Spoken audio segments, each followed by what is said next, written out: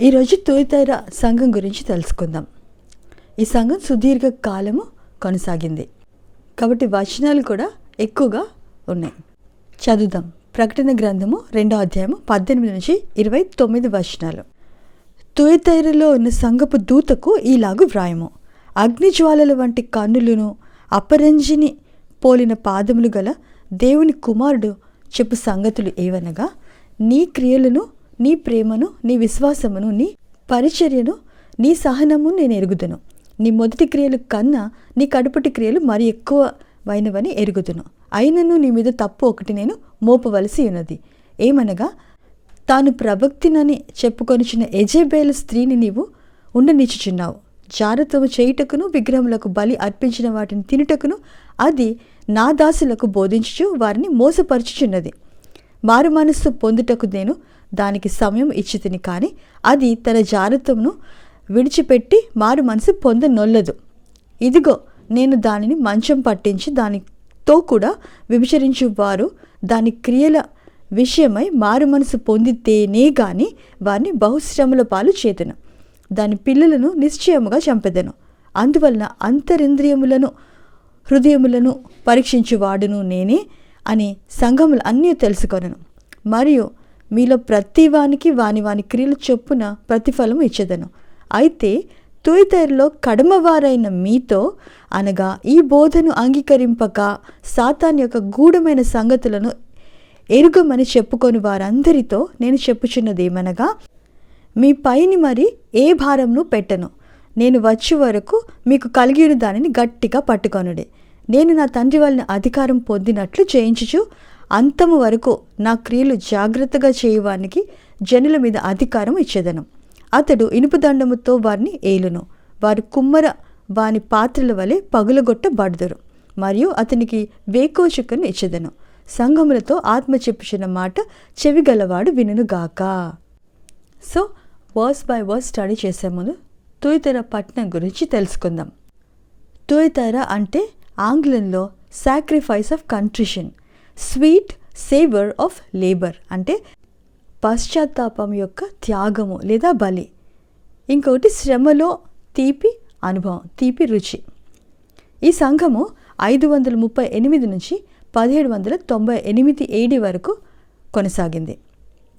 ఇప్పుడు తుయతైర పట్టణం గురించి తెలుసుకుందాం. రోములో అన్ని నగరాల్లోకెల్లా తుయతైర అత్యంత వ్యవస్థీకృత కార్మిక శక్తిని కలిగి ఉంది. మోస్ట్ ఆర్గనైజ్డ్ లేబర్ ఫోర్స్ అక్కడ ఉంది. ఆ పట్టణంలో కార్మిక సంఘాలు, వర్తక సంఘాలు అంటే ట్రేడ్ యూనియన్స్ ఉండేవి. అత్యంత శక్తివంతమైన కార్మిక సంఘాలు వస్త్ర రంగులు వేసేవారు, రాగి పనివారు.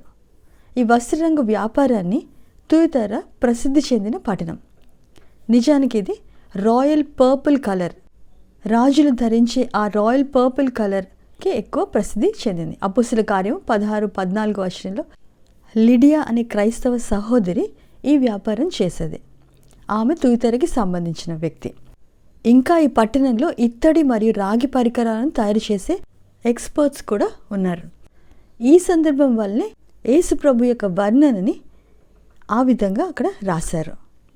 ఇప్పుడు verse by verse study start చేద్దాం. ప్రకటన 2వ అధ్యాయం 18 వచనం. తుయతైరలో ఉన్న సంఘపు దూతకు ఇలాగు వ్రాయము.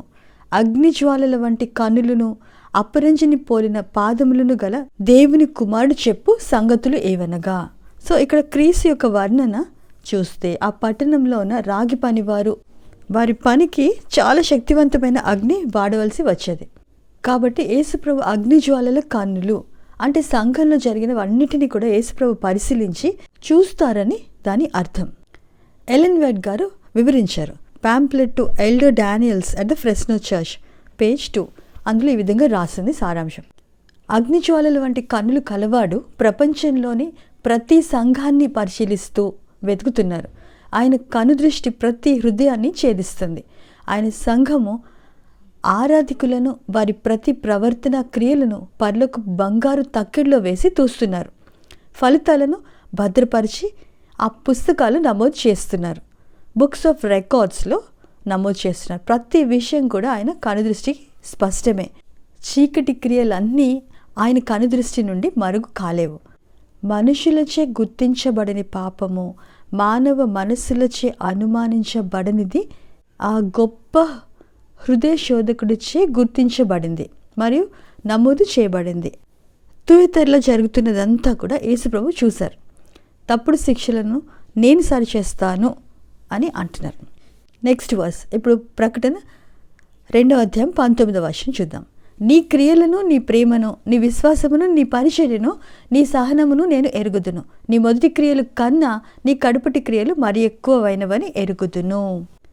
ఇక్కడ చెప్పిన విషయం కేవలం తుయతైరలో శేషించిన విశ్వాసులతోనే, అంతేకాని భ్రష్టమైన ప్రజలతో కాదు.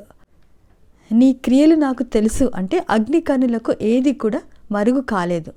ఆ కాలం నాటి వాల్డెన్సీస్, ఆల్బజెన్సీస్ మరియు ఇతర విశ్వాస సమూహాలు వీళ్ళు బైబిల్ వర్సెస్ని, బైబిల్ వచనాల్ని చర్మపత్రపు అంటే పార్చ్మెంట్స్ మీద, లెదర్ పార్చ్మెంట్స్ మీద రాసి వీరు వ్యాపారం చేసే చోట అక్కడ ప్రజలకు అవి అందించేవారు. అలా పరిచర్య చేశారు. కాబట్టి సంఘం అంతటికి కాక శేషించిన విశ్వాసులకి అని యేసుప్రభు పలుకుతున్నారు. వీరు ప్రేమగా ఉండేవారు, గొప్ప విశ్వాసము, సేవ చేసినవారు. మరి క్రీస్తు గద్దిస్తున్నట్లుగా సంఘాన్ని చూస్తున్నాం. ప్రకటన 2:20-23 చదువుదాం. అయినను నీ మీద తప్పు ఒకటి నేను మోపవలసి ఉన్నది. ఏవనగా తాను ప్రవక్తినని చెప్పుకొనుచున్న యెజబెలు స్త్రీని నీవు ఉండనిచ్చుచున్నావు. జారత్వము చేయుటకును విగ్రహములకు బలి ఇచ్చిన వాటిని తినుటకును అది నా దాసులకు బోధించుచు వారిని మోసపరుచుచున్నది. మారు మనసు పొందుటకు దానికి సమయము ఇచ్చితిని, కానీ అది తన జారత్వము విడిచిపెట్టి మారు మనసు పొందనొల్లదు. ఇదిగో దానితో కూడా వ్యభిచరించు వారు దాని క్రియల విషయమై మారు మనసు పొందితేనే కానీ వారిని బహుశ్రమల పాలు చేతును. దాని పిల్లలను నిశ్చయంగా చంపెదను. అందువలన అంతరింద్రియములను హృదయములను పరిశీలించు వాడును నేనే అని సంఘములన్నీ తెలుసుకొనను. మరియు మీలో ప్రతి వానికి వాని వాని క్రియలు చొప్పున ప్రతిఫలము ఇచ్చేదను. ఈ 3 వచనాల్లో కూడా యెజబెలు అనే స్త్రీ మీద కేంద్రీకరించబడి ఉంది. కాబట్టి యెజబెలు ఎవరో తెలుసుకోవాలి. అది ఎంతైనా అవసరం మనకుంది. ప్రకటన గ్రంథము యొక్క నిర్మాణము మనం తెలుసుకోవాలి. ఉదాహరణకి దానియేలు గ్రంథము, దానియేలు 2వ అధ్యాయము, దానియేలు 7వ అధ్యాయం యొక్క ప్రవచన పునాది. Daniel chapter 2 is the foundational prophecy for Daniel 7. అలాగే దానియేలు 8-9 దానియేలు యొక్క 2-7 అధ్యాయాల మీద కట్టబడింది. దానియేలు 11-12 అధ్యాయాలు దానియేలు 2-7-8-9 మీద కట్టబడింది. ఇంకో మాటలో చెప్పాలంటే మూల ప్రవచనం యొక్క వివరణ తదుపరి అధ్యాయాలు వివరిస్తాయి. సో 7 సంఘాలు అపోస్తల కాలం నాటి నుండి క్రీస్తు 2వ రాకడ వరకు ఉన్న ప్రవచనము ప్రకటన 2-3 అధ్యాయాలు తెలుపుతాయి.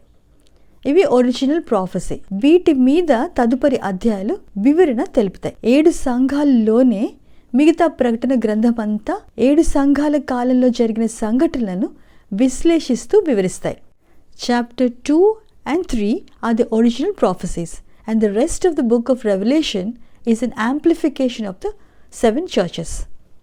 అర్థం అవుతుందా? సో ఇక్కడ వచనాలు యెజబెలు గురించి తెలుపబడింది. సో ఈ యెజబెలు గురించి తెలుసుకునే ముందు వివరణ సూత్రం ఒకటి తెలుసుకోవడం ప్రాముఖ్యం. తుయతైర సంఘం యొక్క వివరణ ప్రకటన 11, 13, 17, 18 కూడా వివరిస్తాయి. గమనించండి, క్రీస్తు పూర్వము, క్రీస్తు శకము. క్రీస్తు పూర్వంలో ఏదైతే అచ్చంగా ఉందో, లిటరల్గా ఉందో, క్రీస్తు శకంలో ఆ పేర్లు వాడినప్పుడు అది ఆధ్యాత్మిక అప్లికేషన్, టైపాలజీ అనమాట, స్పిరిచువల్ అప్లికేషన్ అవుతుంది. సో పాత నిబంధనలో యెజబెలు, ఆహాబు, అబద్ధ ప్రవక్తలు, ఏలియా. క్రీస్తు సెకండ్లోకి వచ్చినప్పటికీ ఆ వ్యక్తుల పేర్లు బైబిల్ చెప్తుంది అంటే అక్కడ అచ్చంగా వారు లేరు, కానీ వారి ఆధ్యాత్మిక, అదే ఆత్మచే నడిపింపబడే సమూహాలు. గుర్తుపెట్టుకోండి, యెజబెల్ ఎప్పుడు కూడా ఒంటరిగా రాదు. ఆమె గురించి ప్రస్తావన వస్తే ఖచ్చితంగా ఆహాబు రాజు, యెజబెల్ చెప్పు చేతుల్లో ఉన్న తప్పుడు ప్రవక్తలు, అబద్ధ ప్రవక్తలు, ఈ ముగ్గురిని కూడా గద్దించే ఏలియా ప్రవక్త కనిపిస్తాడు. బైబిల్ 4 ఏలియాల గురించి చెబుతుంది. 4 ఏలియాల అనుకుంటున్నారా? అవును. మొదటివాడు హిస్టోరియన్ ఎలైజా, చరిత్రలోని మొదటి రాజుల గ్రంథము 17-18 అధ్యాయాల్లో చెప్పబడిన ఏలియా ప్రవక్త. అతనితో పాటు యెజెబెలు, ఆమె అబద్ధ ప్రవక్తలు, అహాబు రాజు కనిపిస్తారు. యెజెబెలు వేశ్య స్త్రీ అని బైబిల్ చెప్తోంది. ముందు డీటెయిల్గా తెలుసుకుందాం. ఇప్పుడు రెండవ ఏలియా ఎవరు చూద్దాం. మార్కు 6వ అధ్యాయంలో యేసు ప్రభు బప్తిస్మ యోహాను గురించి, అతడు ఏలియా ఆత్మతో మరియు శక్తితో వస్తాడు అన్న వ్యక్తి ఇతనే అని చెప్తారు. సో రెండవ ఏలియా ఎవరు? బప్తిస్మ యోహాను. సో అచ్చంగా లాగా ఏలియా ఉంటే ఒక రాజు, ఒక వేశ్య స్త్రీ, దాని కూతురైన అబద్ధ ప్రవక్తలు కనిపించాలి. సో ఇక్కడ బప్తిస్మ యోహాను టైంలో హేరోదు రాజు, ఆ వేశ్య స్త్రీ హెరోడియాస్, ఆమె కూతురు సలోమే. ఎవరైతే ఆ యెజెబెలు చెప్పిన మాటని చెప్పినట్టుగా చేస్తారో వాళ్ళని కుమార్తెలు అని బైబిల్ చెప్తుంది. సో అచ్చంగా ప్రాచీనంలో ఉన్న ఆ అబద్ధ ప్రవక్తలు యెజెబెలు చెప్పిన విధంగా ప్రవర్తించారు కాబట్టి ఆమె సంతానం వాళ్ళు. సో మూడవ ఏలియా తుయతైర సంఘంలో కనిపిస్తుంది. ఎందుకంటే అక్కడ యెజెబెలు గురించి వ్రాయబడింది. ఇది సింబాలిక్ జెజబెల్ కాబట్టి ఏలియా కూడా సింబాలిక్గానే ఉంటారు. ఇక్కడ ఒక్క వ్యక్తిలాగా కనిపించరు, ఇక్కడ సమూహాల్ని చూస్తాము. ఒక పంటలాగా, అక్కడ విత్తనము, ఇక్కడ పంటలాగా. సో తుయతైర కాలంలో ఏలియా లాంటి విశ్వాసులు ఎవరు అంటే వాల్డెన్సిస్, ఆల్బజెన్సిస్. వీరు దేవుని వాక్యాన్ని, సత్యాన్ని ప్రకటించినవారు. 1260 సంవత్సరాలు ఆ మతభ్రష్టమైన సంఘము, ఆ వ్యవస్థ ఈ పరిశుద్ధుల రక్తంతో మత్తిల్లిందని ప్రకటన 17వ అధ్యాయం 6వ వచనం చెబుతుంది. ఇక్కడ వేశ్య అంటే సమస్త మతభ్రష్టమైన సంఘం. అబద్ధ ప్రవక్తలు ఎవరు అంటే వేశ్య కుమార్తెలు. ఆ సంఘము వేశ్యలకు తల్లి అని ఆ సంఘం నుండి పుట్టిన పిల్ల సంఘాలు. ఇప్పుడు 4వ ఏలియా ఎవరు? మలాకి 4వ అధ్యాయము మొదటి 5 వచనాల్లో అంత్యకాలపు ఏలియా గురించి రాయబడింది. అది కూడా ముందు చదువుకుందాం. దేవుని ఉగ్రతకి ముందు ఏలియా వస్తాడు. ఏలియాని పంపిస్తాను అన్నారు దేవుడు. ఒక వ్యక్తి కాదు, ఒక సమూహము, ఒక మూవ్మెంట్, ఒక చర్చ్, ఒక సంఘాన్ని ఏలియా బోధించిన సత్యాలను ప్రకటిస్తారు. అదే అంత్యకాలపు శేషించిన సంఘం, the end time remnant church. యెజెబెలు అబద్ధ బోధనలను వ్యతిరేకిస్తూ, గద్దిస్తూ సత్యాన్ని ప్రకటించేవారు. సో ఇప్పుడు ఏలియా కథని మనం చూద్దాం. అదే ఈ స్టడీ లెసన్కి మనకి పునాది. ఏలియా కథలో యెజెబెలు వ్యక్తిత్వం చూస్తే ఆమె చాలా పట్టుదల గల స్త్రీ. ఆమె మనసుకి తోచినట్లు చేసేది. ఆమె మతమైన సన్ గాడ్ వర్షిప్, సూర్యదేవుని ఆరాధనని ఇజ్రాయెల్ అంతటా కూడా విస్తరింపచేసింది. ఏది ఏమైనా సరే ఆమె కోరికలు నెరవేర్చుకుంది. ఆమెకు ఏలియా అంటే అసహ్యం. ఆమె మతాన్ని గద్దించాడు కాబట్టి. రాజు అయిన ఆహాబు వ్యక్తిత్వం చూస్తే అతడు దేవుడు నిషేధించిన వివాహాన్ని చేసుకున్నాడు. అన్య మతస్థుల్ని వివాహం చేసుకోవద్దని దేవుడు చెప్పిన మాటని ధిక్కరించి అతడు ఈ పేగన్ ప్రీస్టెస్, క్షుద్ర విద్య అంటే మాంత్రికత్వం పాటించే ఆ స్త్రీని వివాహం ఆడినందుకు జారత్వము అని దేవుడు చెప్తున్నారు. యెజెబెలు ఏది చెప్తే అది చేసిన వ్యక్తి ఆహాబు. స్వీయ మనస్తత్వం కలిగిన వ్యక్తి కాడు, అతడు బలహీనుడు. ఇప్పుడు అబద్ధ ప్రవక్తలు, బేలు ప్రవక్తలు, వీళ్ళు ఎవరు? వీళ్ళు యెజెబెలు చెప్పినట్లు చేసేవాళ్ళు. ఆమె రాజును మాత్రమే కాక ఈ అబద్ధ తప్పుడు ప్రవక్తల్ని కూడా తారుమారు అంటే మ్యానిపులేట్ చేసి ఆమె చెప్పు చేతిలో నడిపించుకుంది. ఆమె భోజనపు బల్ల నుండి వీరు తినేవారు అని వాక్యం పలుకుతుంది. దే ఏట్ ఎట్ జెజబెల్స్ టేబుల్ అని రాసింది. అంటే ఆమె వాళ్ళని పోషించింది. ఇజ్రాయెల్ అంతటా కూడా ఆమె మతాచారాలతో కలుషితం చేసింది. ఆ తప్పుడు ప్రవక్తల ద్వారా విస్తరింపచేసింది ఆమె మతాన్ని అంతా. ఇప్పుడు రెండవ ఏలియా ఆత్మశక్తి కలిగిన బప్తిస్మ యోహాను కథ చూద్దాం. హెరోడియస్ రాణి బప్తిస్మ యోహాన్ని అసహ్యించుకుందా? పాత నిబంధనలోని ఏలియాని యెజెబెలు అసహించుకున్నట్లు. ఆమె హేరోదు రాజు అన్న అయిన ఫిలిప్పు భార్య.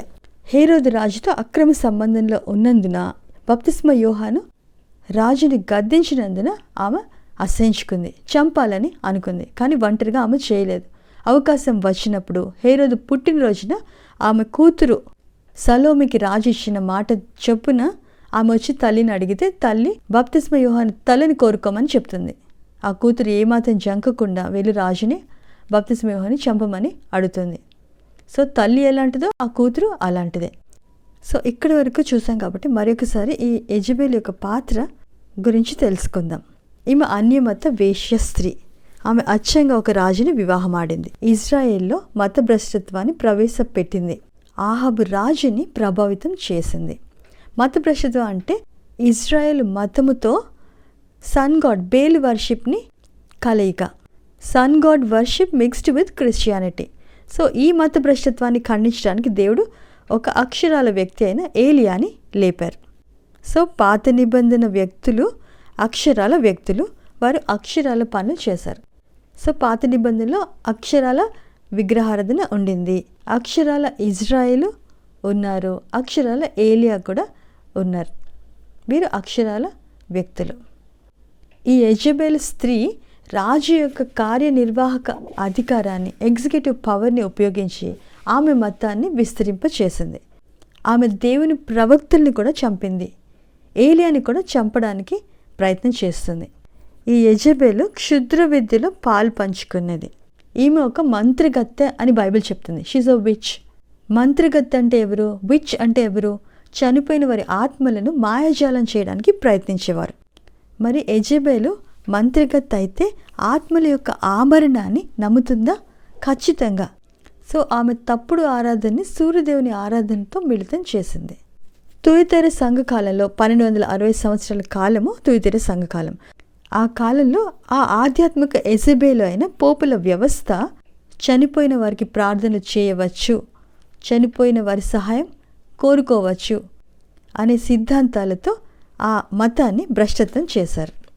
మరి 1260 సంవత్సరాల్లో సంఘము అక్షరాల సూర్యుడిని ఆరాధించేవారా? లేదు.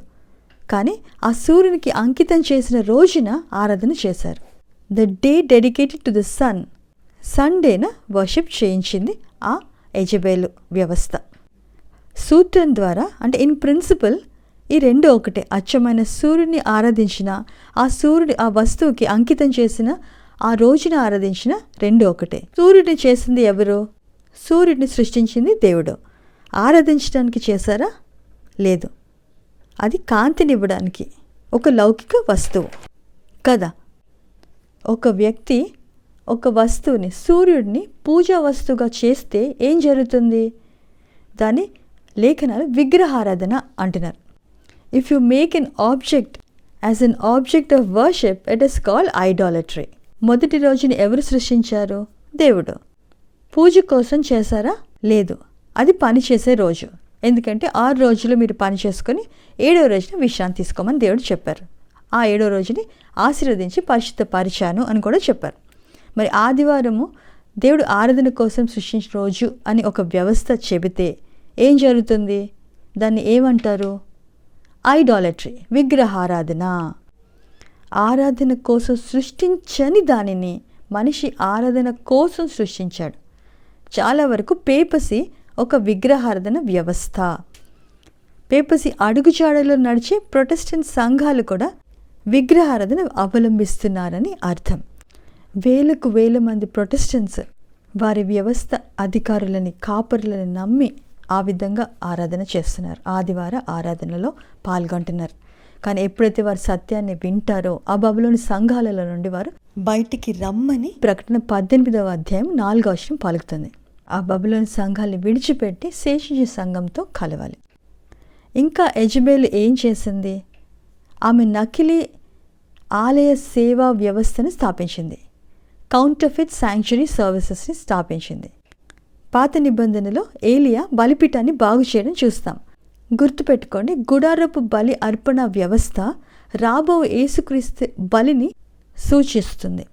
అయితే యెజబెలు దేవుని త్యాగ బలి అర్పణ వ్యవస్థని నాశనం చేసింది.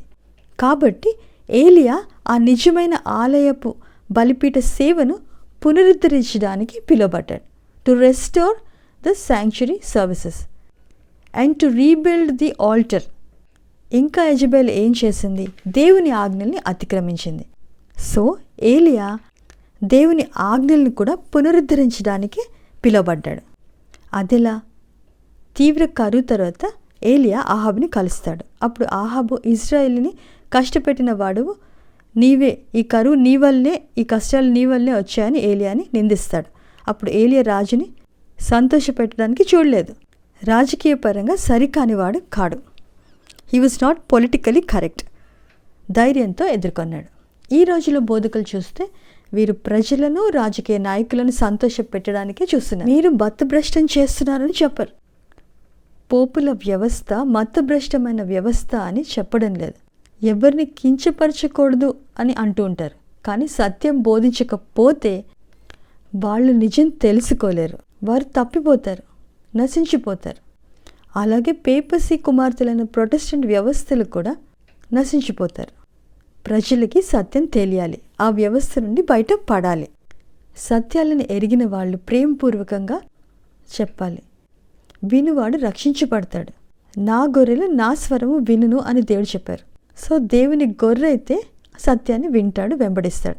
అపోస్తలుల కార్యం 6-7 అధ్యాయాల్లో స్టెఫాను శక్తివంతమైన సందేశాన్ని బోధిస్తాడు. అతడు రాజకీయంగా సరియా? Was he politically correct? అధికారంలో ఉన్నవారు యేసుని చంపారని చెప్పినప్పుడు వారి కోపంతో రగిలిపోయి అక్కడికక్కడే అతన్ని చంపడానికి చూస్తారు. ఇదంతా సౌలు సాక్షి వహిస్తాడు. సందేశము వారికి గట్టిగా గుచ్చుకుంది. సౌలు కూడా విన్నాడు. అయినా సరే సంఘాన్ని చంపాలని డమస్కస్కి ప్రాణం కట్టాడు. ప్రభు అతన్ని పాడేస్తారు. అదంతా మనకి తెలిసిందే. సో ఏలియాని దేవుడు పిలిచిన కారణం ఏంటంటే తన సొంత జీవితాన్ని పణంగా పెట్టి మతభ్రష్టత్వాన్ని బయలుపరచడానికి, ముసుగు తొలగించడానికి. తుయతైర సంఘంలో ఎలా జరిగింది? వాల్డెన్సిస్, ఆల్బిజెన్సిస్, జాన్ హస్ ఇంకా ఇతర విశ్వాసులు సువార్తను ప్రకటించారు. వారి ప్రాణాలను పణంగా పెట్టినవారు. ఆ వేశ్య స్త్రీ విని తరిమి హింసించి విని చంపింది. సో సూత్రపరంగా ఈ అచ్చమైన ఏలియా, ఆహాబు, యెజెబెలు అబద్ధ ప్రవక్తలు తుయతైరలో కూడా కనిపిస్తారు. అలాగే అంతిమ కాలంలో కూడా వీడు ఉంటారు. ఇప్పుడు 2వ రాజుల గ్రంథము 9వ అధ్యాయం 22వ వచనం. ఇక్కడ యెజెబెలు గురించి ఆసక్తికరమైన విషయము కనిపిస్తుంది. చదువుదాం. అంతటా యెహోరాము యేహూను చూచి, యేహూ సమాధానమా అని అడుగగా, నీ తల్లి అయిన యెజెబెలు జారత్వములను చిల్లంగితనములను ఇంత అపరిమితమై ఉండగా సమాధానం ఎక్కడి నుండి వచ్చెను అని అనెను. సో ఈ వచనాల్ని బట్టి ఆమె వేష జారిణి స్త్రీ అని, ఆమె ఒక తల్లి అని, అలాగే క్షుద్ర విద్యలో పాల్గొంటుంది అని అర్థమవుతుంది. సో ప్రకటన 2వ అధ్యాయం 20 వచనాలు చెప్పిన విషయాలు కనిపిస్తున్నాయి. ఇప్పుడు ప్రకటన 17వ అధ్యాయం 1, 2, 5 వచనాల్లో కూడా ఆ వేష యొక్క అదనపు వివరాలు కనిపిస్తాయి. తుయతైర కాలమైన 1260 సంవత్సరాల పరిపాలన ఏం చేసిందో అక్కడ కనిపిస్తుంది. చదువుదాం. ప్రకటన 17వ అధ్యాయం 1, 2, 5 వచనాలు. ఆ 7 పాత్రలను పట్టుకొని ఉన్న 7 దేవదూతలలో ఒకడు వచ్చి నాతో మాట్లాడుచు ఈలాగు చెప్పాను, నీవిక్కడికి రమ్ము, విస్తార జలముల మీద కూర్చున్న మహావేశ్యకు చేయబడు తీర్పు నీకు కనపరిచెదను. భూరాజులు ఆమెతో వ్యభిచరించిరి, భూనివాసులు ఆమె వ్యభిచార మధ్యములో మత్తులైరి. 5వ వచనం. దాని నొసుట దాని పేరు ఈలాగు వ్రాయబడి ఉండెను, మర్మము, వేశ్యలకును భూమిలో ఉన్న ఏహ్యమైన వాటికన్నిటికీ తల్లి అయిన మహాబబులోను. ఇక్కడ మొదటి వచనంలో జలముల మీద కూర్చున్న మహావేశ్య అని రాయబడింది. 15వ వచనంలో జలములు అంటే ఏంటో అక్కడ రాయబడింది. మరియు ఆ దూత నాతో ఈలాగు చెప్పాను, ఆ మహావేశ్య కూర్చున్న చోట నువ్వు చూసిన జలములు ప్రజలను, జనసమూహములను, జనములను, ఆయా భాషలు మాట్లాడే వారిని సూచించును అని రాయబడింది. వ్యభిచార మధ్యము అంటే దాని తప్పుడు సిద్ధాంతాలు, ద ఫాల్స్ డాక్ట్రిన్స్ అనమాట, అబద్ధపు బోధలు. యెజెబెలు తప్పుడు సిద్ధాంతాలతో ఇజ్రాయెల్ని కలుషితం చేసింది. సో ఆ యెజెబెలు ఒక తల్లి. ఈ వ్యవస్థ కూడా తల్లి తిరుసభ అని తనని తాను చెప్పుకుంటుంది. ఇది టైపాలజీలో వ్యవహరిస్తున్నాం ఇక్కడ. మరి తుయతైర సంఘము క్షుద్ర విద్యలో పాల్గొనిందా? దైవ ప్రజలను సంహరించిందా? చూద్దాం. ప్రకటన 18వ అధ్యాయము 23, 24 వచనాలు. నీ వర్తకులు భూమి మీద గొప్ప ప్రభువులై ఉండిరి, జనములన్నీయు నీ మాయామంత్రముల చేత మోసపోయిరి. 24వ వచనం. మరియు ప్రవక్తల యొక్కయు పరిశుద్ధుల యొక్కయు భూమి మీద వధింపబడిన వారందరి యొక్కయు రక్తము ఆ బబులోను పట్టణంలో కనబడెను అని వ్రాయబడింది. సో తుయతైర సంఘములో మరియు అంతిమ కాలంలో కూడా ఆ బబులోను ఇదే విధంగా క్షుద్ర విద్య పాటిస్తూ దేవుని ప్రవక్తలను పరిశుద్ధులను చంపుతుంది అని ఇక్కడ వాక్యం చెబుతుంది. ఏలియా కాలంలో ఆరాధన కేంద్ర సమస్యంగా ఉండిందా? ఖచ్చితంగా ఉండింది. మొదటి రాజులు 16వ అధ్యాయము 30 మరియు 31 చూద్దాం. ఒమ్రీ కుమారుడైన ఆహాబు తన పూర్వీకులందరినీ మించినంతగా యెహోవా దృష్టికి చెడుతనము చేశాను. నెబాతు కుమారుడైన యరొబాము జరిగించిన పాపక్రియలను అనుసరించి నడుచుకొనుట స్వల్ప సంగతి అనుకొని అతడు సీదోనీయులకు రాజైన ఎద్బయాల్ కుమార్తె అయిన యెజెబెలును వివాహం చేసుకొని బయలుదేవతను పూజించుచు వానికి మ్రొక్కుచు ఉండెను. బయలుదేవత అంటే సన్ గాడ్, సూర్యదేవుడు. ఈ ఆహాబు రాజు ఇజ్రాయెల్ రాజు ఉండి కూడా తప్పుడు ఆరాధనని ప్రోత్సహించాడు. ఇప్పుడు మొదటి రాజుల గ్రంథము 18వ అధ్యాయము 17-18 చదువుదాం. ఆహాబు ఏలియాను చూచి, ఇజ్రాయేలు వారిని శ్రమ పెట్టువాడు నీవే కావా అని అతనితో అనగా, ఏలియా, నేను కాను, యెహోవా ఆజ్ఞలను గైకొనక బయలుదేవతను అనుసరించి నీవును నీ తండ్రి ఇంటి వారును ఇజ్రాయేల్ వారిని శ్రమ పెట్టువారై ఉన్నారు అని ఆహాబుతో చెప్పాడు. సో ఇక్కడ ఆజ్ఞల ఉల్లంఘన చూస్తున్నాము. తూయితెర కాలంలో కూడా ఈ పేపసి, ఈ యెజెబెలు వేశ్య స్త్రీ ఆజ్ఞలు ఉల్లంఘించిందా? దానియేలు 7వ అధ్యాయము 25 ఆ వ్యవస్థ ఉల్లంఘించినట్లు చెప్తున్నారు. 2వ తెస్సలోనికకు రాసిన పౌలు గారి రచనలో కూడా పాపపు పురుషుడు బయలుదేరును అని వ్రాయబడింది. అక్కడ పాపం అంటే ఏంటి? ఆజ్ఞలు అతిక్రమించడం పాపము. అలాగే అధర్మము యొక్క మర్మము, మిస్టరీ ఆఫ్ లాలెస్నెస్ కూడా ఆ సమయంలోనే బయలుదేరింది అని వాక్యం పలుకుతుంది. సో తుయతెర సంఘము ఆజ్ఞలను ఉల్లంఘిస్తుందా? ఖచ్చితంగా ఉల్లంఘిస్తుంది. మీరు చూసినట్లయితే పేపసీ వ్యవస్థలో, వీరి కేథీడ్రల్ చర్చెస్లో బహు విగ్రహాలు ఉన్నాయా? 2వ ఆజ్ఞలో ఏం చెప్తున్నారు దేవుడు? విగ్రహాలు చేసి వాటికి మ్రొక్కకూడదని. కానీ ఈ వ్యవస్థ విగ్రహారాధన ప్రోత్సహిస్తుంది. ఇప్పుడు ఈ వ్యవస్థ భూరాజులతో వ్యభిచరిస్తుంది. అంటే 7వ ఆజ్ఞ అయినా వ్యభిచరించరాదు అన్న ఆజ్ఞని కూడా అతిక్రమించింది. తూయితెర సంఘ కాలంలో దేవుని ఆలయాన్ని, బలిపీఠాన్ని కూడా కాలి క్రింద త్రొక్కిందా? పాత నిబంధన జెజబెల్ లాగా. మొదటి రాజుల గ్రంథము 18వ అధ్యాయము 30-37 ఆ విషయం తెలుస్తుంది. మొదటి రాజుల గ్రంథం 18వ అధ్యాయం 30 చదువుదాం. అప్పుడు ఏలియా, నా దగ్గరకు రండని జనులందరితో చెప్పగా జనులు అందరూ అతని దగ్గరకు వచ్చిరి. అతడు క్రింద పడద్రోయబడి ఉన్న యెహోవా బలిపీఠమును బాగు చేసి అని వ్రాయబడింది.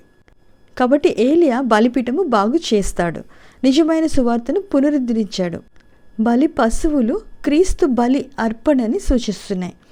సో ఏలియా తిరిగి బలిపీఠం కట్టాడు. ఇప్పుడు దానియేలు 8వ అధ్యాయం 11 ఒకసారి చదువుదాం. ఆ సైన్యం యొక్క అధిపతికి విరోధముగా తన్ను హెచ్చించుకొని అనుదిన బలి అర్పణమును నిలిపివేసి ఆయన ఆలయంను పడద్రోసెను. 9వ చిన్న కొమ్ము గురించి వ్రాయబడింది. ఆ చిన్న కొమ్ము ప్రకటన 13-17 ఉన్న మృగము, వేశ్యస్త్రీ, పాప పురుషుడు, అధర్మం యొక్క మర్మము, ఇవన్నీ కూడా ఒకే వ్యవస్థని, పేపసీని సూచిస్తుంది. సో దానియేలు 8-11 చూస్తే ఆ చిన్న కొమ్మైన పేపసీ నకిలీ బలి అర్పణ స్థాపించిందా? ఖచ్చితంగా అని వాక్యం పలుకుతుంది.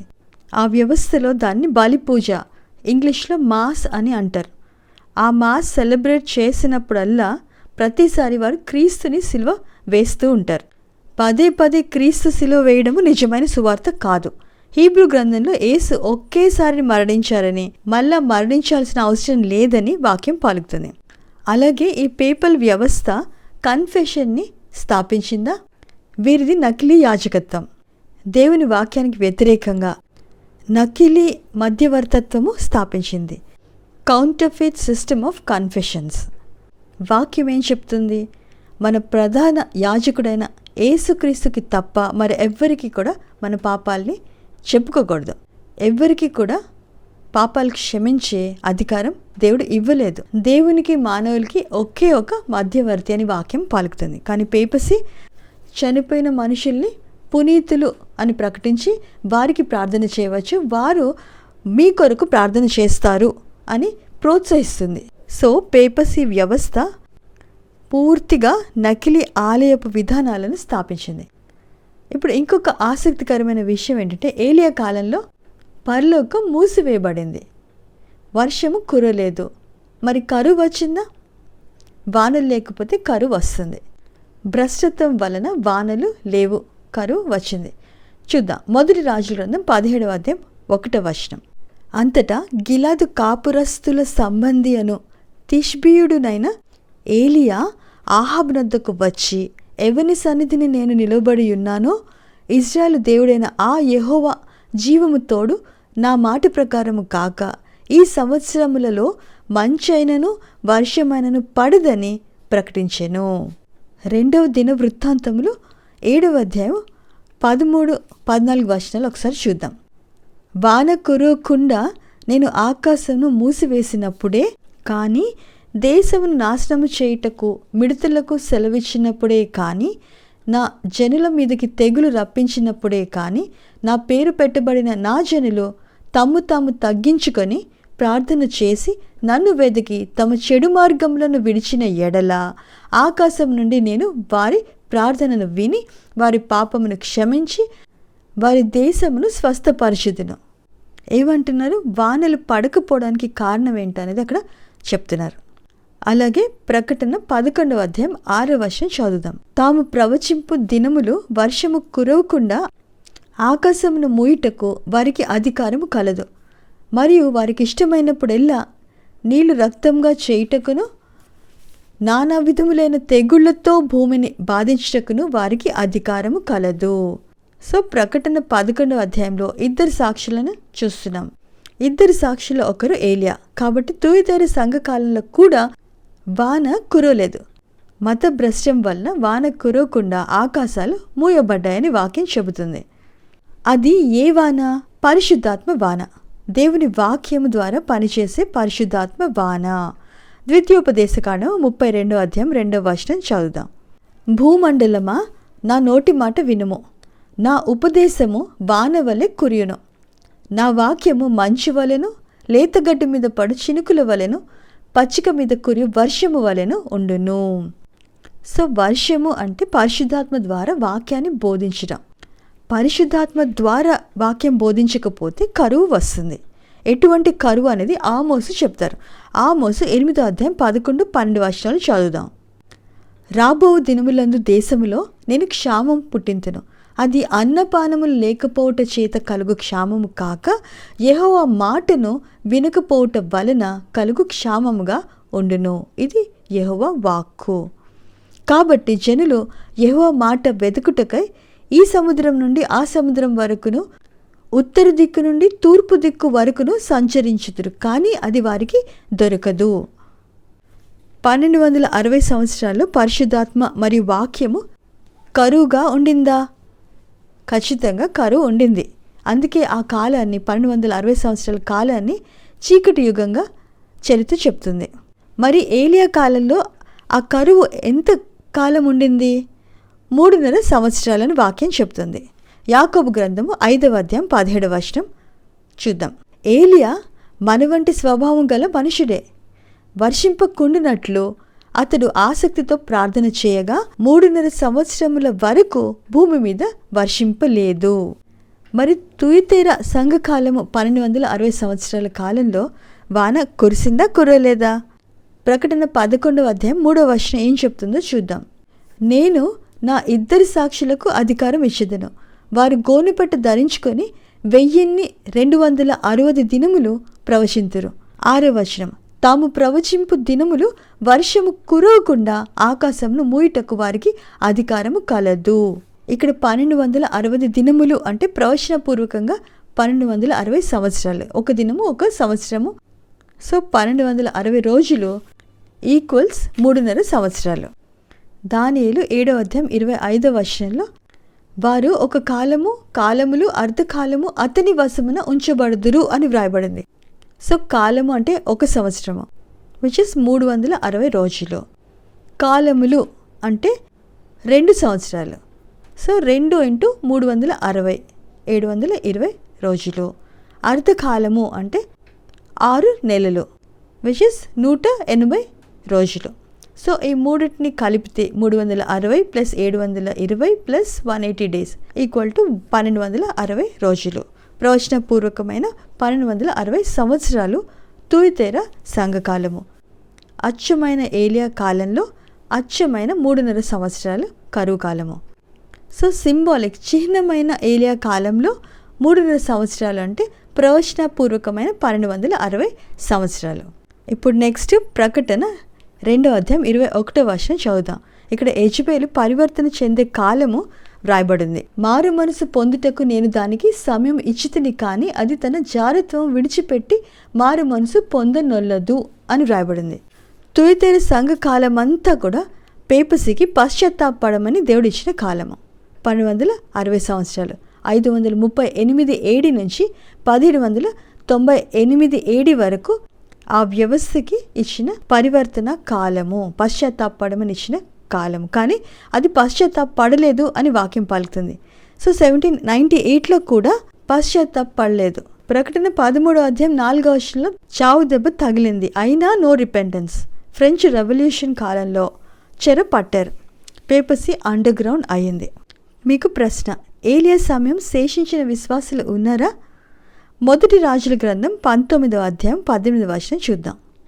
అయినను ఇజ్రాయేలు వారిలో బయలునకు మోకాళ్ళూనకయు నోటితో వారిని ముద్దు పెట్టుకొనుకయు ఉండు 7,000 మంది నాకు ఇంకను మిగిలి ఉందురు. సో శేషించిన వారు ఉన్నారు అని వాక్యం పలుకుతుంది. ఏలియాని యెజబెల్ హింసిస్తే ఎక్కడికి పారిపోయాడు? మొదటి రాజుల గ్రంథం 17వ అధ్యాయం 2-3 వచనాలు చూస్తే, పిమ్మట యెహోవా వాక్కు అతనికి ప్రత్యక్షమై, నీవు ఇచ్చట నుండి తూర్పు వైపునకు పోయి యోర్దానునకు ఎదురుగానున్న కెరీతు వాగు దగ్గర దాగి ఉండుము. మరి తుయతైర సంఘంలో కూడా శేషించిన విశ్వాసులు ఉన్నారా? వారు ఎక్కడికి పారిపోయారు? ప్రకటన 12వ అధ్యాయం 6-14 వచనాలు చూద్దాం. ఆ స్త్రీ అరణ్యమునకు పారిపోయాను. అష్టవారు 1260 దినములు ఆమెను పోషింపవలనని దేవుడు ఆమెకు ఒక స్థలము సిద్ధపరిచి ఉంచాను. ఇప్పుడు 14వ వచనం. అందువలన ఆమె అరణ్యంలో ఉన్న తన చోటికి ఎగురునట్లు గొప్ప పక్షిరాజు రెక్కలు 2 ఆమెకు ఇయ్యబడెను. అచ్చట ఆ సర్పముఖమును చూడకుండా ఆమె ఒక కాలములు అర్ధకాలములు పోషింపబడెను. అరణ్యంలో ఎవరు ఏలియాని పోషించారు? దేవుడు. మొదటి రాజుల గ్రంథం 17వ అధ్యాయం 4-6 వచనం చదువుదాం. ఆ వాగు నీరు నీవు త్రాగుదువు, అచ్చటికి నీకు ఆహారం తెచ్చినట్లు నేను కాకోలములకు ఆజ్ఞాపించితినని అతనికి తెలియచేయగా. 6వ వచనం. అక్కడ కాకోలములు ఉదయమందు రొట్టెను మాంసమును అస్తమయమందు రొట్టెను మాంసమును అతని యొద్దకు తీసుకొని వచ్చుచుండెను. అతడు వాగు నీరు త్రాగుచూ వచ్చెను. సో 1260 సంవత్సరాలు కూడా అలాగే జరిగిందని వాక్యం పలుకుతోంది. ఇది యాదృచ్ఛికమా? Is it a coincidence? ప్రశ్న, యెజబెలు దేవుని ప్రవక్తలను చంపిందా? మొదటి రాజుల గ్రంథం 19వ అధ్యాయం 1-2 వచనాలు చదువుదాం. ఇది కర్మేలు సంఘటన తర్వాత జరిగిన విషయం. ఏలియా చేసినదంతయును, అతడు ఖడ్గం చేత ప్రవక్తలను అందరినీ చంపించిన సంగతిను అహాబు యెజబెలునకు తెలియచెప్పగా, యెజబెలు ఒక దూత చేత ఏలియాకు ఈ వర్తమానం పంపించెను. రేపు ఈ వేళకు నేను నీ ప్రాణమును వారిలో ఒకని ప్రాణం వలె చేయని ఎడల దేవుళ్ళు నాకు గొప్ప అపాయం కలుగ చేయనుగాక అని చెప్పింది. సో దీనిని బట్టి యెజబెల్ హంతకురాలు అని తెలుస్తుంది. అలాగే పేపసీ కూడా ఈ తుయతైర కాలంలో అనేక విశ్వాసుల్ని వెంటాడి సంహరించింది. ప్రకటన 17వ అధ్యాయం 6వ వచనం ఆ విషయం చెప్తుంది. మరియు ఆ స్త్రీ పరిశుద్ధుల రక్తము చేతను యేసు యొక్క హతసాక్షుల రక్తము చేతను మత్తిలియుండుట చూచితిని. నేను దాన్ని చూచి బహుగా ఆశ్చర్యపడగా. విపత్తులన్నిటికీ కారణం ఎవరని అహాబ్ రాజు నిందించాడు? మొదటి రాజుల గ్రంథం 18వ అధ్యాయము 17వ వచనం చూస్తే, అహాబు ఏలియాను చూచి ఇజ్రాయేలు వారిని శ్రమ పెట్టువాడువు నీవే కావా అని అతనితో అనగా. సో అతడు ఏలియాని నిందించాడు. మరి 1260 సంవత్సరాల తుయతైర కాలంలో విశ్వాసులకు అది మహాశ్రమకాలం. ఐరోపాలో అంటే యూరోప్లో విపరీతమైన తెగుళ్ళు, ఇబానిక్ ప్లేగ్ మరియు బ్లాక్ ప్లేగ్ మిలియన్ల మంది ఆ బారికి గురై చనిపోయారు. అది అప్పటి సంఘకాలం యొక్క మహాశ్రమ కాలం. అప్పుడు ఆ విపత్తులన్నిటికీ ఎవరిని బ్లేమ్ చేశారో, ఎవరిని నిందించారో? శేషించిన విశ్వాసులని. అందుకే వారు అరణ్యంలోకి పారిపోవడం వాక్యంలో చూస్తున్నాం. సో యెజెబెలు జారణి స్త్రీ భూరాజులతో వ్యభిచరిస్తుంది. ఆమెకు కుమార్తెలు ఉన్నారు. ఆమె పోషించిన ప్రవక్తలు, ఆమె క్షుద్ర మతాన్ని కొనసాగించిన ఫాల్స్ ప్రీస్టుడ్, అన్య మత యాజకులు. మొదటి రాజుల గ్రంథం 18:19 చదువుదాం. అయితే ఇప్పుడు నీవు ఇజ్రాయేలు వారిని అందరినీ యెజెబెలు పోషించుచున్న బయలుదేవత ప్రవక్తలు 480 మందిని, అషేరా దేవి ప్రవక్తలైన 400 మందిని నా యొద్దకు కర్మెలు పర్వతమునకు పిలిపింపుమని ఆహాబుతో చెప్పాను. సో ఎంతమందిని యెజెబెలు పోషిస్తుంది? 400 బయలు ప్రవక్తలు, 450 అషేరా దేవి ప్రవక్తలు. బయలుదేవత అంటే సన్ గాడ్, అషేరా దేవత అంటే మూన్ గాడెస్, చంద్రదేవత. పూర్వీకులు బంగారం వెండితో విగ్రహాలు చేసి ఆరాధించేవారు. బంగారం సూర్యదేవుడు, వెండి చంద్ర దేవత. సో యెజెబెలు ఈ 850 ప్రవక్తల ద్వారా ఇజ్రాయెల్ అంతటా కూడా క్షుద్ర మతాన్ని ఇజ్రాయెల్ అంతటా ప్రబల చేసింది.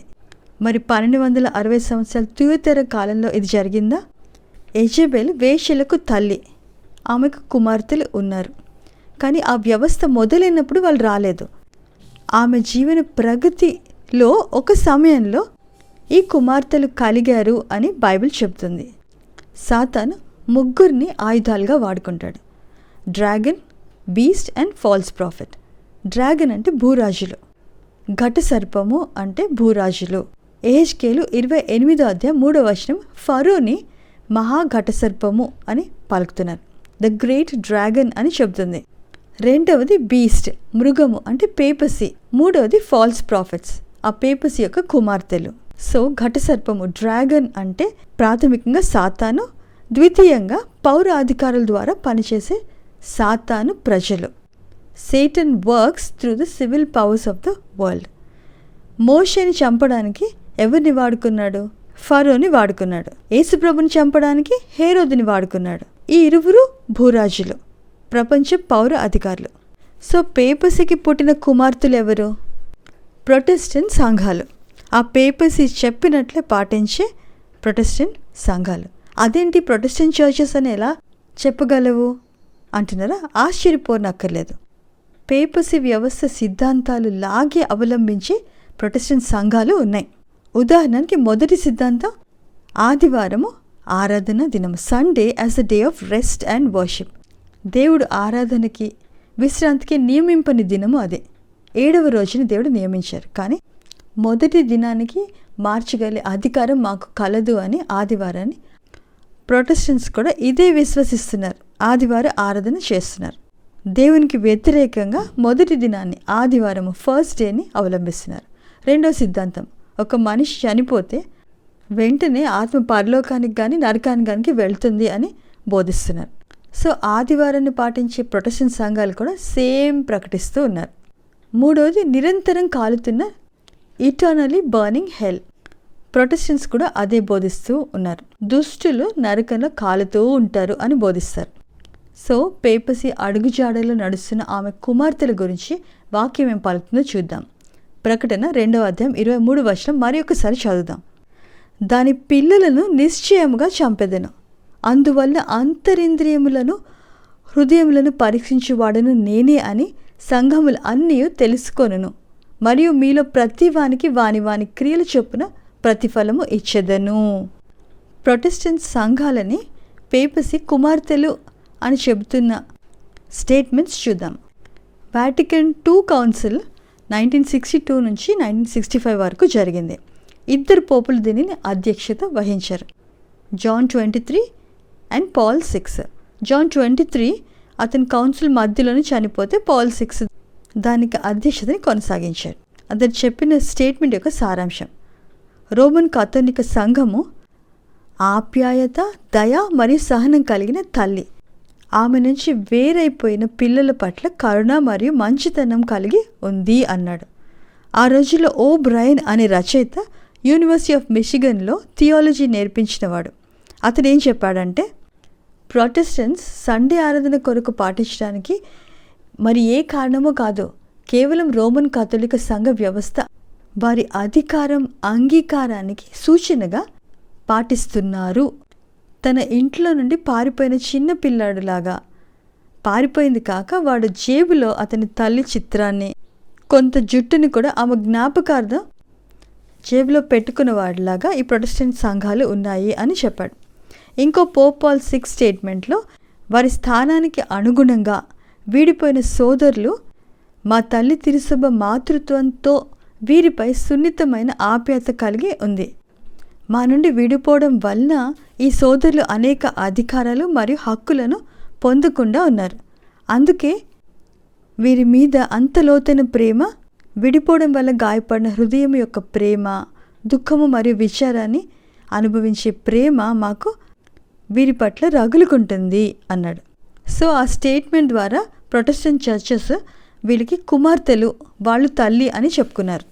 ప్రకటన 2వ అధ్యాయం 22 వచనంలో మరియు ప్రకటన 13:3 వచనం చూస్తే, ఆ పేపసీకి చావు దెబ్బ అంటే దానికి మహాశ్రమ కాలము, ఫ్రెంచ్ రెవల్యూషన్ ద్వారా అని మనం ఇంతకుముందు తెలుసుకున్నాం. చావు దెబ్బ అంటే దైవ శిక్ష అని గ్రీక్ లెక్సికాన్ పేజ్ 436లో వ్రాయబడింది. కానీ ప్రకటన 13వ అధ్యాయంలో ఆ పేపసీ మరలా ఆధిపత్యంలోకి వస్తుంది అని వాక్యం పలుకుతుంది. అది తుయతైర సంఘపు ముగింపు కాదు. ఎందుకంటే మలాకి 4వ అధ్యాయం 1-3 వచనాలు చూస్తే, అక్కడ దుష్టులను సంహరించడానికి క్రీస్తు రాకడలో వస్తున్నారు. తుయతైర కాలంలో క్రీస్తు రాలేదు, ఆమె కుమార్తెలు అంతమైపోలేదు, అలాగే ఏలియా కూడా పరలోకానికి ఎత్తబడలేదు కదా. మలాకి 4వ అధ్యాయం 5వ వచనం చదువుదాం. యెహోవా నియమించిన భయంకరమైన ఆ మహాదినము రాక మునుపు నేను ప్రవక్త యగు ఏలియాను మీ వద్దకు పంపుదును. సో క్రీస్తు రెండో రాకడికి ముందు దేవుడు ఏలియాని పంపిస్తాను అని చెప్తున్నారు.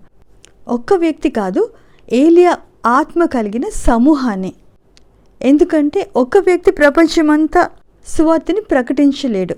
సో ఆ ఏలియా ఆత్మ కలిగిన వ్యక్తులు, ఆ సమూహము 6-11 వచనాలు ప్రకటిస్తారు.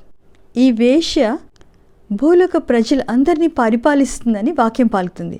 కాబట్టి 14వ అధ్యాయం 6వ వచనంలో ఏలియా ఆత్మ కలిగిన వ్యక్తులు భూనివాసులు అందరికీ కూడా హెచ్చరిక సందేశం ఇస్తున్నారు.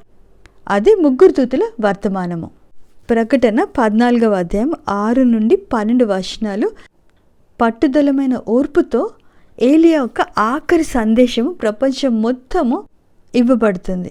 ఈ 3 దూతల వర్తమానము కేవలము సెవెంత్ డే అడ్వెంటిస్ట్ సంఘము తప్ప మరి ఎవ్వరు కూడా బోధించట్లేదు. ఇప్పుడు ప్రకటన 2వ అధ్యాయం 26వ వచనం చూద్దాం.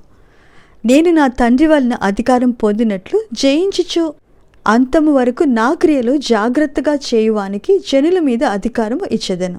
అతడు ఇనుపు దండెముతో వారిని ఏలును, వారు కుమ్మరవాని పాత్రల వలె పగులగొట్టబడుదురు. జనము మీద అధికారం, పవర్ ఓవర్ నేషన్స్. 1260 సంవత్సరాలు దేవుని ప్రజలను వీరు ఏం చేశారు? అదే అంతిమ కాలంలో కూడా జరుగుతుంది.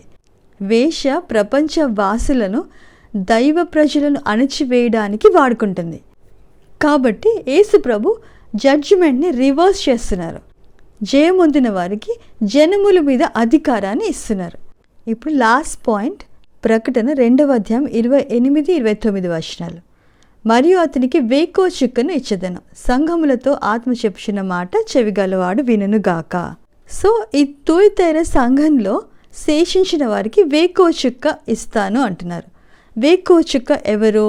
ప్రకటన 22వ అధ్యాయం 16వ వచనం చూస్తే అక్కడ నేను దావీదు వేరు చిగురును సంతానమును ప్రకాశమానమైన వేకువ చుక్కయునై ఉన్నాను అని యేసు ప్రభు చెప్తున్నారు. So Yesu Prabhu bright and morning star. అలాగే 2 పేతురు 1:19లో కూడా యేసు ప్రభు వేకు చుక్క అని వ్రాయబడింది. లెటర్ 115 1905లో ఎలెన్ వైట్ గారు ఈ విధంగా రాశారు. పాపభరితమైన అవినీతి ప్రపంచంలోని నైతిక చీకటి మధ్య ప్రకాశిస్తున్న ప్రకాశవంతము మరియు ఉదయపు నక్షత్రము యేసుక్రీస్తు. జాన్ వైక్లిఫ్ని కూడా మార్నింగ్ స్టార్ ఆఫ్ రెఫర్మేషన్ అని కూడా అన్నారు. గ్రేట్ కాంట్రవర్సీ పేజ్ 80లో ఈ విధంగా రాయబడింది. 4వ శతాబ్దంలో ఇంగ్లాండ్లో సంస్కరణ యొక్క ఉదయ నక్షత్రం వెలిసింది. జాన్ వైక్లిఫ్ సంస్కరణ గురించి వినిపించారు. కేవలం ఐరోపాకి మాత్రమే కాదు, క్రైస్తవ మతం అంతటికి రోముకి వ్యతిరేకంగా చెప్పడానికి అనుమతించబడిన గొప్ప నిరసన ఎప్పుడూ నిశ్శబ్దం కాలేదు. యేసు ప్రభు ప్రకాశవంతమానమైన వేకోచుక్క, బ్రైట్ అండ్ మార్నింగ్ స్టార్ అంటే సూర్యుడిలాగా. జాన్ వైక్లిఫ్ని వేకోచుక్క అన్నారు. మార్నింగ్ స్టార్ అంటే చంద్రుడిలాగా. సో ఏ విధంగా అయితే సూర్యుని ప్రకాశం చంద్రుడి మీద పడినప్పుడు ప్రకాశిస్తుందో ఆ విధంగానే జాన్ వైక్లిఫ్ కూడా క్రీస్తు నుండి వెలుగు అందుకొని ఆ వెలుగుని ప్రతిబింబించి క్రొత్త నిబంధనను ఆంగ్లంలోకి ట్రాన్స్లేట్ చేశారు. డివోషన్స్ విత్ ద లార్డ్లో ఎలెన్ వైట్ గారు ఈ విధంగా చెప్పారు. మనము క్రీస్తు నుండి కిరణాలను పట్టుకొని మన చుట్టూ ఉన్న వారికి అవి అందజేస్తాము అన్నారు. We catch the beams right from Jesus and we project those beams to those that surround us అన్నారు. చావు దెబ్బ తగిలిన ఎజెబెల్ పునరుద్ధరణ అవుతుంది. It will rise from its deadly wound. కాబట్టి ఆ పేపసీ మరలా పరిపాలిస్తుంది. ప్రకటన 17వ అధ్యాయం 4వ వచనం చూస్తే ఆసక్తికరమైన విషయం ఏంటంటే, తొలితేరలో ఏ రంగు అయితే ప్రసిద్ధి చెందిందో అదే రంగు వస్త్రాలు ఈ వేష వ్యవస్థ ధరించుకుంటుంది. చదువుదాం. ఆ స్త్రీ ధూమ్ర రక్త వర్ణము గల వస్త్రము ధరించుకొని బంగారముతోనూ రత్నముతోనూ ముత్యములతోనూ అలంకరింపబడినదై ఏహ్యమైన కార్యములతోనూ తాను చేసిన వ్యభిచార సంబంధమైన అపవిత్ర కార్యములతోనూ నిండిన ఒక సువర్ణ పాత్రను తన చేత పట్టుకొని ఉండెను. 5వ వచనం, దాని నొసట దాని పేరు ఇలాగ వ్రాయబడి ఉండెను, మర్మము వేసెలకును భూమిలోని ఏహ్యమైన వాటికిని తల్లి అయిన మహాబాబులోను. మర్మం అంటే అధర్మం యొక్క రహస్యము, మిస్టరీ ఆఫ్ లాలెస్నెస్. ధూమ్ర రక్త వర్ణ వస్త్రము, ఇవి పేపసీ వ్యవస్థ యొక్క ప్రాముఖ్య రంగులు. ఇది సంపన్నమైన ధనవంతమైన స్త్రీ శేషించిన సంఘమును తప్ప భూలోకమంతటిని నియంత్రిస్తుంది అని వాక్యం పలుకుతుంది. ఆ శేషించిన సంఘము దేవుని యొక్క ఆజ్ఞలని పునరుద్ధరణ చేస్తారు, అది ప్రకటిస్తారు. అదే ముగ్గురు దూతల వర్తమానం. 5వ సంఘమైన సార్దీస్ సంఘం నేర్చుకోవడానికి మళ్ళీ కలుసుకుందాం. అంతవరకు భూమి ఆకాశంలో సృజించిన యెహోవా సియోన్లో నుండి మేము ఆశీర్వదించును గాక.